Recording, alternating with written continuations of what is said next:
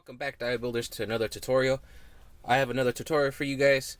I'm going to teach you guys how to make a wet palette. If you guys don't know what that is, it's a palette that uses humidity to its advantage to keep your paint wetter longer, and it also helps you blend your paints very well, so if you want to make a custom color, you can. I started using this method a couple months ago. I tested it out. I enjoy it a lot because it saves me a lot of money, because I used to use a palette like this, and as you can see, there's a lot of dry paint. When you use a palette like this and you put a paint in here and you're painting a prop or a diorama, you have about 15 minutes of play time before you start painting. With the wet palette, it gives you more time to paint your projects, and you can also custom mix some paints. I already have some paint in here. I will demonstrate in a couple seconds how it does that very well, but I just want to point out I do waste a lot of money on paint. I don't know if you guys notice this when you guys use regular palettes, or if you're just working off a piece of cardboard or something.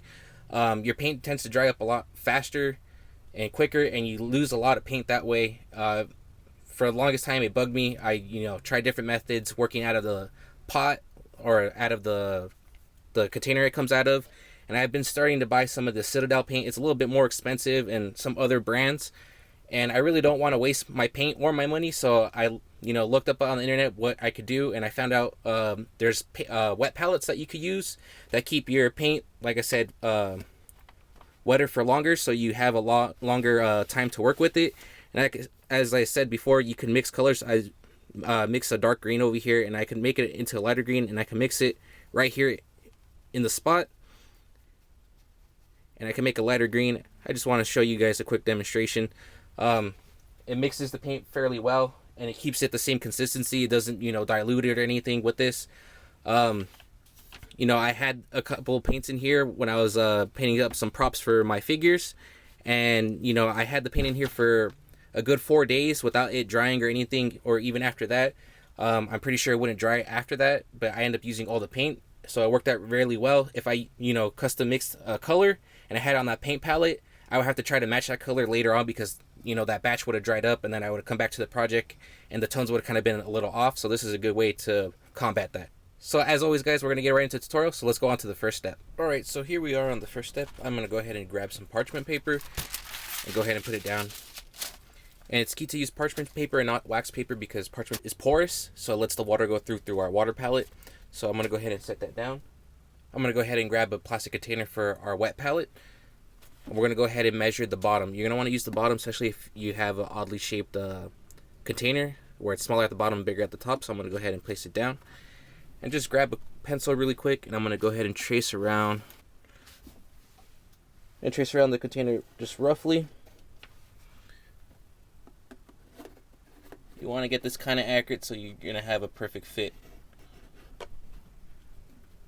Alright, so there we are. I'm going to go ahead and cut that off camera. We're going to come back to the next step.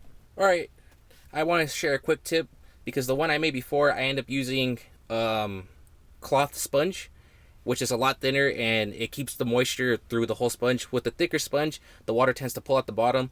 So what I found out helps pull the water up to the parchment paper. I just grab a piece of paper towel, and I go ahead and fold it twice, make it even, and then I go ahead and put that in there. Let some of the water soak in. I'm going to go ahead and grab a little bit more water and just go ahead and place a little bit on there to make sure it's nice and evenly wet. Let that slosh around. And then on top of that, you could put your parchment paper, and that's going to keep the water from soaking back into this. The sponge is going to let the water raise up to the paper towel, and it's going to keep the water near your parchment paper, which you want to keep your paint nice and fresh. So like I said, if you are going to use these cheaper sponges instead of the sponge cloth, and I go ahead and recommend adding a layer of paper towel. So that's just a quick tip. I just want to add that in there if you are using the thicker sponges. Alright, so I went ahead and cut that parchment piece of paper out. So if you do have any pencil marks on your parchment paper, you're going to want to go ahead and erase those. You don't want any of those particulates getting into the water of your wet palette. So I'm going to go ahead and set that aside. We're going to go ahead and open up our container. And the container you choose, you want to make sure it is airtight or watertight, either or. Pretty sure if it's airtight, it's also watertight. And I'm going to go ahead and line the bottom of this with some sponges. I just got the regular sponges that don't have the scrubbing part in it, because all we're doing is going to store water in these sponges. And with mine, it's an oddly shaped size, so I just went ahead and cut a piece out and snugly fit it in there.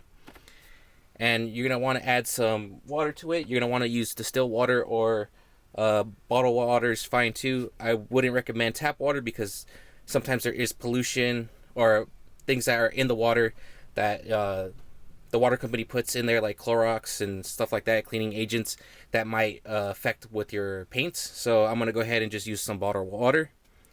I'm going to just want to go ahead and saturate this a little bit.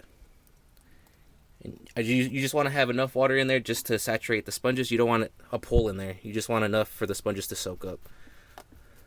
Okay, and I'm going to go ahead and grab my parchment paper, and as you can see, it doesn't matter what side you put this in, but as you can see, it has a natural curve to it.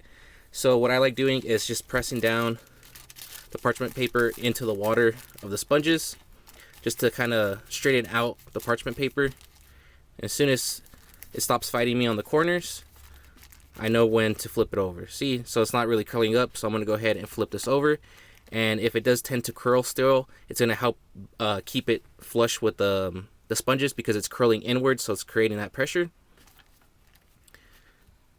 And there you go. I'm going to add a little bit more water just so I have a small reservoir of water ready to go for the sponges to suck up when it starts drying. I'm going to go ahead and move that around.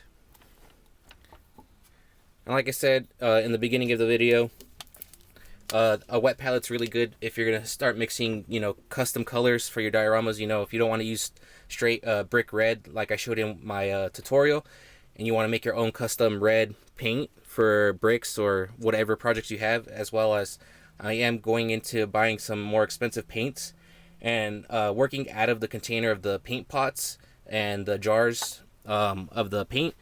I end up having a lot of paint drying on me. It's a lot of waste of money. And I do use, as I showed in the beginning of the video, a lot of paint palettes to mix my paints or to have them on there so I could paint. But that only gives you about 15 minutes of work time.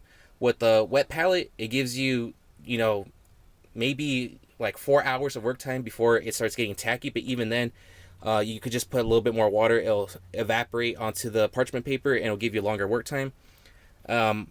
And the paint palette that I made previously, that I used a lot when I'm making custom colors, I would only have to refill the water like once a month. And even then, like, if you keep it in the fridge, sometimes, like, if you're working during the summer and you have to go out to the store and you don't want it to dry up on you, I throw it in the fridge. I'm only gonna be gone for like 30 minutes. I throw it in the fridge, come out, and the paint is a little bit tacky because of the cold. But then I start mixing it onto the wet palette, and it loosens it up right back to where it was at. And you can keep this on your workstation as well. You just close the lid and just set it aside, and then the next day you can come back, take the lid off, and the humidity will keep the paint nice and wet. So it's also good to come back when you're working on a project. You have to leave it and go to bed or go to work in the morning or whatever. And then the other thing I want to include in here too is after you're done using the parchment paper, you could take the parchment paper out with the color that you have on there and toss it. And you're going to want to replace the parchment paper if you want to end up mixing another color. But you don't want to get any of the paint on your sponges, because then it's going to get your sponge all dirty, and you're going to have different colors sponges at the bottom. And then when you put paint on here, sometimes you'll see it, the previous color on the bottom, and you might confuse when you're mixing. So you want to keep your sponges fairly clean.